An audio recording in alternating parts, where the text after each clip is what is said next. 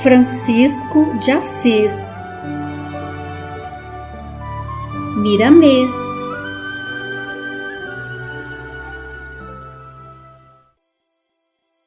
Capítulo 17. O Papa e Francisco.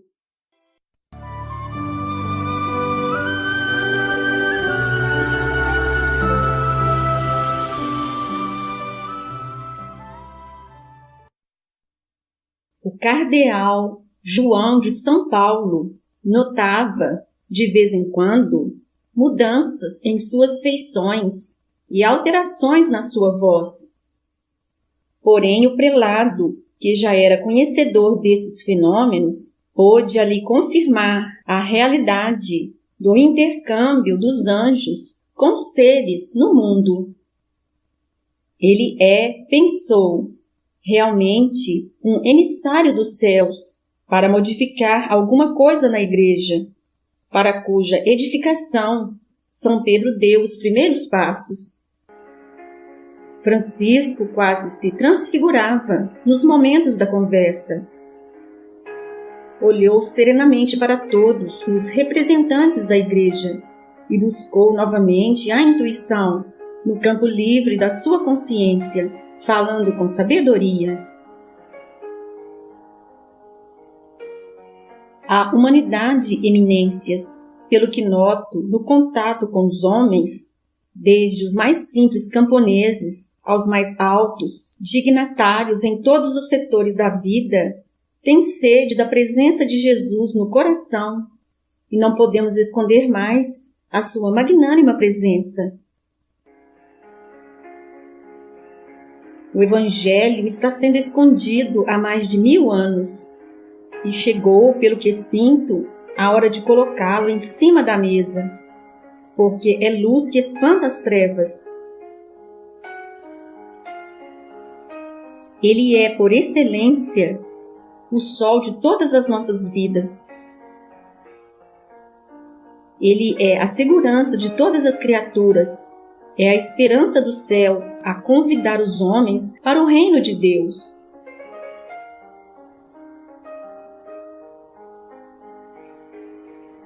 E quem se dignou a orientar as almas, quem recebeu por misericórdia o bastão de responsabilidade de pastorear as ovelhas do Cristo, deverá por consciência, por dever, por fidelidade a Deus, não somente divulgar esse Evangelho, mas vivê-lo em todo o curso da vida, e não somente pedir paz, longe da massa humana, porém dar exemplo dessa paz. Não somente deve pedir que todos trabalhem, mas dar serviço às suas mãos, em primeiro lugar. Não somente concitar irmãos para a caridade, mas fazê-la desde o abrir de olhos pela manhã até fechá-los à noite. Não somente escrever e falar no amor, mas amar sem distinção a todas as criaturas de Deus, sem nunca esquecer-se do próximo, do modo que Jesus empenhou toda a sua vida. Sei, e disso nunca me esquecerei, que devemos muito à nossa igreja, à saudável vida dos profetas, à consciência que temos da intervenção dos anjos entre os homens, à grandiosa e respeitável obra de Moisés e à vida fecunda de nosso Senhor Jesus Cristo. Todavia, é necessário que esse instrumento, que está varando séculos, no momento de bifurcação da estrada, não escolha a esquerda, que nos parece a estrada mais larga, porque é a da perdição. Não queremos que ninguém se ofenda com a nossa fala, por serem as nossas regras de renúncia, de obediência, de perdão, de amor, de trabalho, de desprendimento e de pureza. Achamos que quem nada exige, não afronta, não impõe, não odeia, não discute, não quer ser o maior e não ofende, não poderá ser julgado perigoso, ladrão ou herege. Que Deus nos abençoe e que Jesus Cristo nos proteja, e que Maria Santíssima nos ampare, sempre e sempre. Amém. O Papa Inocêncio III ouviu tudo, analisando com a mente presa nas palavras de Francisco de Assis e a imagem de Telésforo no espelho da sua consciência, lhe dizendo as mesmas palavras que ele tinha lhe falado em desdobramento espiritual e que, naquele momento, lhe eram repetidas. Sua santidade, no conforto que a cadeira lhe ofertava, no palácio que lhe servia de casulo, no ambiente que ostentava a sua máxima autoridade eclesiástica, sentiu-se inquieto e olhou para os companheiros de apostolado, buscando aprovação sobre o que ouviam. 2 deles alegravam-se com a linha de conduta de Francisco. O resto, prestes a estourar de ódio, sem contudo poderem discordar do que o homem de Assis discorrera, pela posição que ocupavam junto ao trono de São Pedro e por respeito forçado àquele que ali tudo ouvira calado, o Papa, supremo chefe da Igreja. Inocêncio III, corajoso e decidido, levantou-se. Deu umas passadas no amplo salão, como que buscando forças para dizer o mais conveniente a todos, e falou resoluto, chamando Francisco de irmão.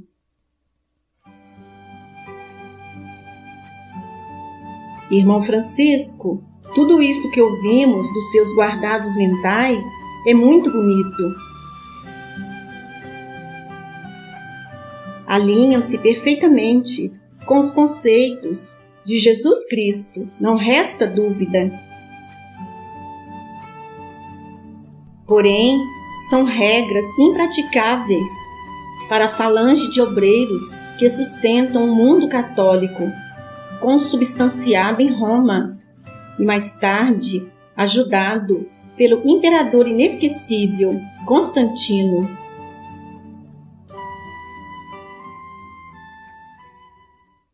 Temos um pacto com o Estado que nos garantiu e não nos deixou cair nas garras dos perseguidores. Deve saber, como todos nós somos conscientes desse fato, que a oração nos mostra e faz um ambiente de amor contra o ódio dos invasores, cortando todos os recursos das investidas da magia negra contra nós e a nossa Igreja. No entanto, quando os hereges vêm com a força, nós usamos o conceito do mestre, que é vigiar, e esse vigiar é usar a mesma violência do agressor para combatê-lo.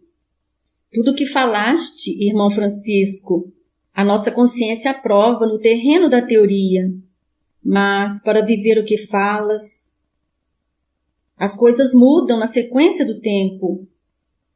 O nosso raciocínio, que conhece bem o mundo e as criaturas, nega o que pedes, mesmo vendo em tuas ideias tudo de bom para a comunidade terrena. Compreendo que tudo isso é impossível de ser vivido, mas o coração, onde com certeza reside a piedade, a bondade e por vezes o amor, como se fosse de mãe, aprova tudo que dizes e ainda abraça a tua alma como sendo a de um santo. Sinto que os céus me pressionam a aceitar as tuas ideias, que reconheço serem nobres. Não obstante, esse mesmo céu deixa-me à vontade, com livre arbítrio, para decidir se devo ou não aceitá-las, colocando-me no lugar de juiz, com as responsabilidades daquilo que devo decidir. Não quero e não devo tomar muito teu tempo, por teres o mundo inteiro para levar as tuas ideias, para pregar o Evangelho da maneira que a tua intuição te ordenar. E, se fores vitorioso, consagrar-te-ei como o maior guerreiro de todos os tempos, coisa que muito duvido, pelas feras humanas que irás deparar em teus caminhos. Tudo o que fala são flores perfumadas, seguras pelas hastes, cujos espinhos, ao lançarmos as mãos para colhê-las, carecem do sangue de nossos dedos, de sacrifícios e de dor. Nós concordamos que a vida que pretendes levar com os teus seguidores é a réplica da vida de Jesus e que o Evangelho de nosso Senhor tem de renascer algum dia, como nos primórdios do cristianismo nascente. Porém, a humanidade ainda não está preparada para esse reino dos céus na terra. Este é o grande impedimento, Francisco. Prepara, meu filho, as regras que queres. Envia para nós, que darei o veredito, e ficarás livre, mas sempre com a nossa vigilância e a nossa proteção. Vai, Francisco, e prega o evangelho que pretendes. E se tiveres alguns frutos, volta aqui, que os abençoarei, no sentido de que eles se multipliquem, qual Jesus fez com os pães e os peixes. Que Deus te abençoe. Francisco ouviu tudo em silêncio. Nada disse no curso do que ouviu. Levantou-se satisfeito, tomou a mão de sua santidade e beijou-a novamente, como as de todos os prelados, com a mesma alegria, e saiu cantando louvores a Deus, em companhia dos seus cooperadores, que já estavam à sua espera. Houve um reboliço no Vaticano, em reunião secreta. Contudo, depois, os cardeais se asserenaram com a palavra bem posta do cardeal João de São Paulo, que argumentou: meus irmãos, se esse homem nada de mal fez, nem vai fazer, está cooperando com o bem que devemos realizar. Por que não deixar prosseguir em seu caminho, que todos sabemos ser de espinhos? Oremos por ele e peçamos a Deus pela sua vitória, que será a nossa vitória, e se derrotado, a derrota será somente dele. O objetivo do cardeal era asserenar os ânimos e deixar Francisco seguir o seu caminho, sem interrupção. Confiava nele e tinha certeza da sua eficiência nos terrenos da vivência evangélica. Francisco saiu pela porta Salária em direção à Campina Romana, pela Via Flamínia, direcionando-se para o norte. Em sua companhia estavam 12 discípulos, e esses homens de Deus se encontravam ansiosos para saber os resultados da conversa que Francisco tivera com sua santidade, o Papa Inocêncio III. No rosto de Francisco, que não mudava mesmo diante de muitos obstáculos, notava-se uma claridade diferente, de vitória, da primeira vitória diante do Sumo Pontífice. Sem a aprovação das suas ideias, para que pudesse levá-las à massa humana, seria difícil naquela época cumprir a sua missão, como o fez tão gloriosamente, quanto a empenhou com Jesus.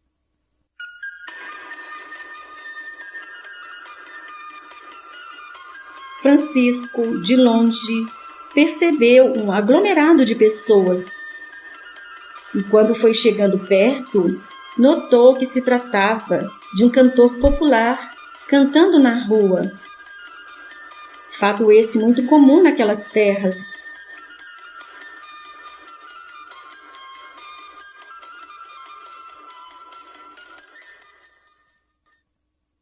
E a voz atraiu o grupo de homens que Francisco guiava.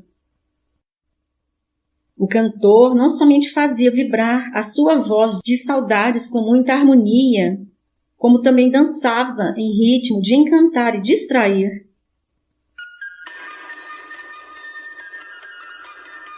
Apurando seus ouvidos, Francisco achou conveniente aproximar-se, pois conhecia aquela voz. Quando chegou bem perto, no meio da multidão, teve uma alegria como aquela que sentiu quando o Papa Inocêncio III aprovara suas ideias. Era Shaolin. Suspendendo o braço, gritou com emoção: Shaolin! Shaolin! Este, ao ouvir o chamado, até então ninguém ali sabia seu nome, também reconheceu a voz de Francisco, e os dois se abraçaram emocionados, como duas forças do bem, eternizando-se no amor. O povo, na expectativa, pensando que os dois tinham combinado isso para uma apresentação melhor, esperava em silêncio. Shaolin, para não desapontar aos que assistiam ao espetáculo livre, abraçado lado a lado com Francisco, começou uma canção do seu agrado, e os dois cantaram como pássaros que vieram do paraíso.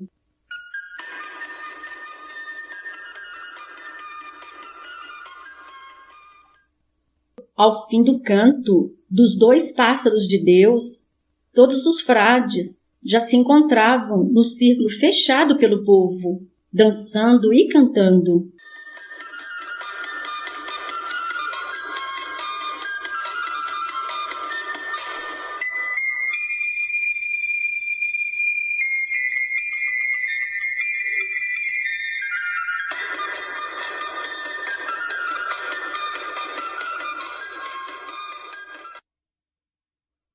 Ao término da apresentação, Francisco tomou a palavra e falou serenamente: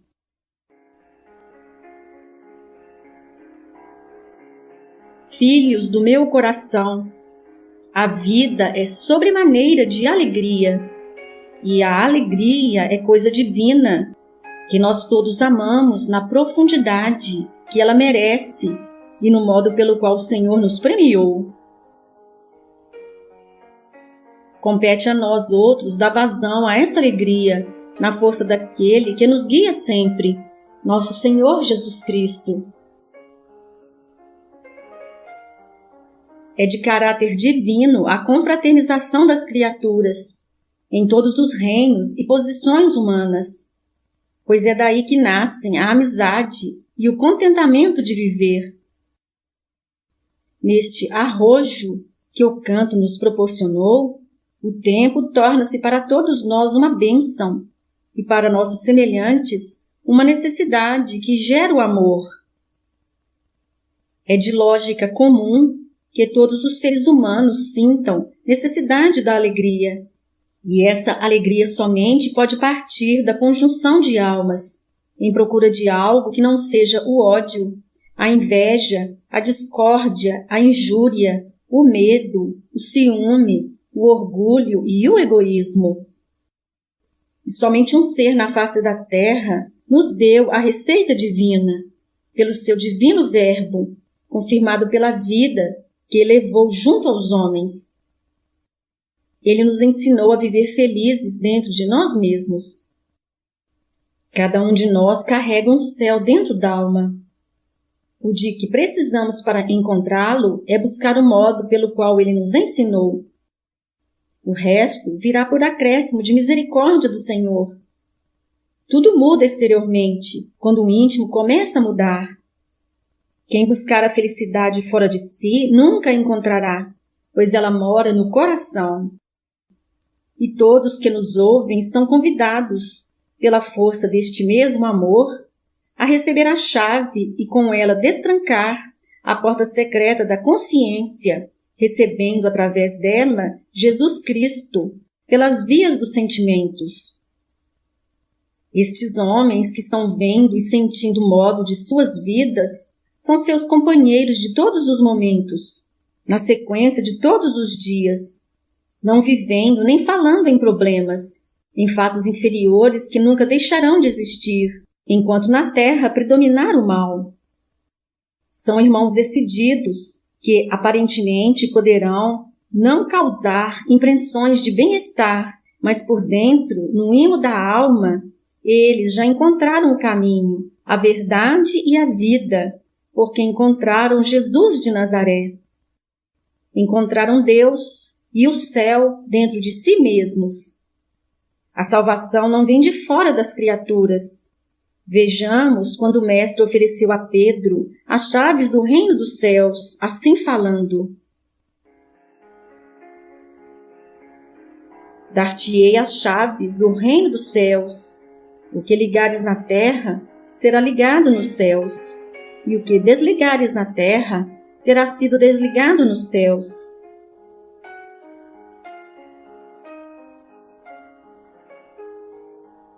As chaves que ele passou para Pedro e para os outros discípulos foram os conhecimentos das leis de Deus e a forma de vivê-los. É, pois, o que estamos tentando compreender e viver. Ligar ou desligar é certamente o meio de vida que levamos na terra. Tudo que nos propusermos viver aqui será justo encontrarmos nos céus. E isso foi anotado por Mateus, no capítulo 16, versículo 19. E mais adiante, Lucas não esqueceu de anotar o que vamos repetir no capítulo 17, versículo 20. Interrogado pelos fariseus sobre quando viria o reino dos céus, Jesus respondeu: Não vem o reino de Deus com visível aparência.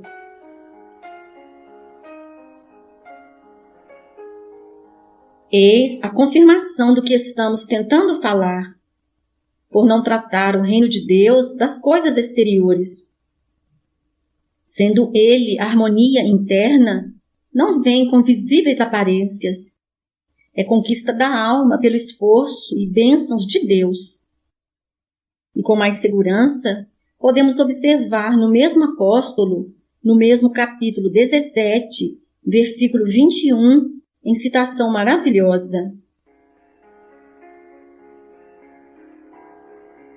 Nem dirão, ei-lo aqui ou lá está, porque o reino de Deus está dentro de vós.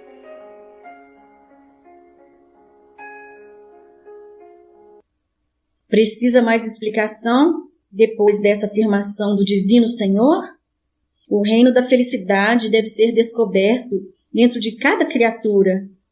E é isso que estamos querendo mostrar aos homens de boa vontade. O caminho interno onde encontramos Deus, que está bem perto de nós, na cidade do coração. Vejamos, meus irmãos, que São Paulo não se esqueceu também de mencionar o que seria o reino de Deus, assim falando aos romanos, como agora estamos dizendo aos também romanos. Porque o reino de Deus não é comida nem bebida, mas justiça e paz e alegria no Espírito Santo. Capítulo 14, versículo 17. É fácil compreendermos que a felicidade real não é comida nem bebida, mas tranquilidade de consciência, é dever cumprido diante de Deus, é descobrir os tesouros dentro de nós e usarmos esses talentos em favor do bem-estar das criaturas de Deus. Nós estamos partindo e vamos fazê-lo sem bagagens habituais de um viajante ou de um comerciante que ama mais o ouro do que a si mesmo. Nós não temos onde reclinar as cabeças, como disse o mestre de todos os mestres. A única bagagem que devemos levar é a fé, a confiança e o amor. É a volumosa bagagem de virtudes ensinadas na Boa Nova do Cristo de Deus.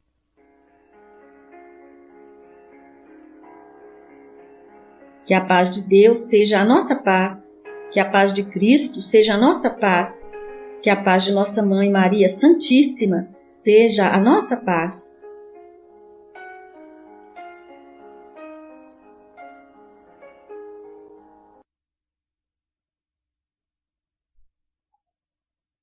Shaolin abraçou Francisco, dizendo: Não podemos separar-nos um do outro. Estamos ligados por uma força que somente Deus sabe o que é e o que pode ser. De hoje em diante, somos um em Cristo. Francisco ouviu aquelas palavras com alegria, porque amava também aquele companheiro que sabia das suas grandes qualidades. Apresentou-o a todos os seus filhos espirituais e tomaram o rumo de Assis. Daquela multidão que estava assistindo ao canto de Shaolin e à pregação de Francisco, dezenas de pessoas os acompanharam com sede e fome de justiça e de amor. E nesta leva de homens se encontravam muitas crianças, a quem Francisco e Shaolin fizeram voltar, advertindo-os de que deveriam esperar no tempo e que a idade pudesse ordenar no espaço para tomarem decisões sozinhos. Abraçaram a todos e agradeceram, pedindo que voltassem para seus lares. A viagem transcorreu sem nenhum incidente, a não ser um fato que transcende os fenômenos de ocorrência popular. Francisco, certa noite, andando pela Via Aureia, pensando no seu destino, na ferocidade dos homens, nos caminhos que os próprios homens escolheram, nos meios de aliviar a humanidade do peso enorme da cruz que cada um carrega, olhou para o céu, embebido na luz das estrelas, e pediu a Deus que o ajudasse a ajudar, nas linhas de suas forças, sob o controle da divina inteligência. Sabia de sua missão junto aos homens. No entanto, sentia-se um verme diante da grandeza da terra e da quantidade de povos. As experiências que tivera, mesmo com pouca idade, bastavam-lhe para compreender as dificuldades de modificar para o bem uma criatura arraigada no mal. E ali mesmo percebeu, pela acústica da alma, a voz que tanto obedecia. Francisco, não penses que poderás ser o rei do mundo e o responsável por todos os concertos da terra. És um soldado dentre muitos que já estão caminhando por misericórdia de Deus. O Senhor não envia seus milicianos para a frente de lutas, para que eles fiquem preocupados com o que possa acontecer. Dá a cada um dever a ser cumprido. O resto é por conta daquele que tudo sabe e tudo dirige. Se ajudares uma formiga que seja a acertar o caminho do formigueiro estando perdida, já estarás fazendo alguma coisa no âmbito dos teus deveres. E uma gota que seja de amor que doares faz parte do grande suprimento da vida na vida de Deus. Não queiras fazer tudo sozinho, pois esse impulso é oriundo do egoísmo.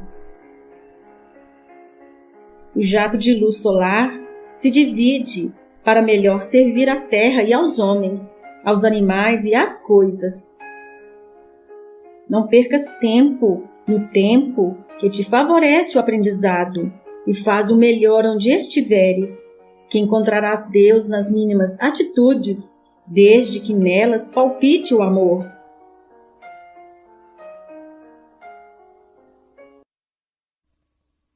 Francisco, meditando sobre a verdade que ouvira, respirou aquele ambiente de natureza farta de vida, sentindo vontade de voltar ao seu rebanho de almas amigas.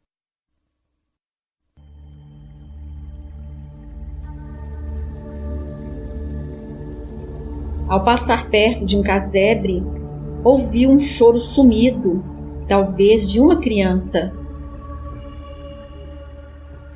Aproximou-se, levado pelo sentimento de piedade, e encontrou verdadeiramente uma menina que aparentava ter 7 anos, caída em palhas, roupa toda rasgada, oferecendo um quadro aterrador. A menina fora estuprada por vagabundos. que enchiam as ruas ao anoitecer e que depois a largaram sozinha sobre as palhas que restavam de um debulho de milho.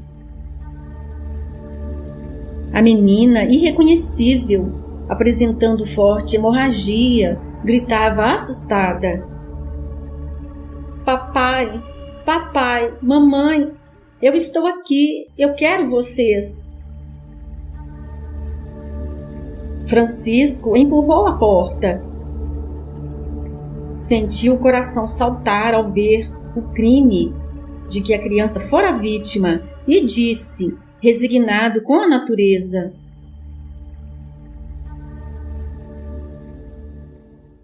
Por Deus, venha cá, minha filha. Onde moras? Ela balbuciou baixinho o endereço e o filho de Dona Maria Picalini ombreou a garotinha e saiu pela rua apressado, chegando ao local indicado.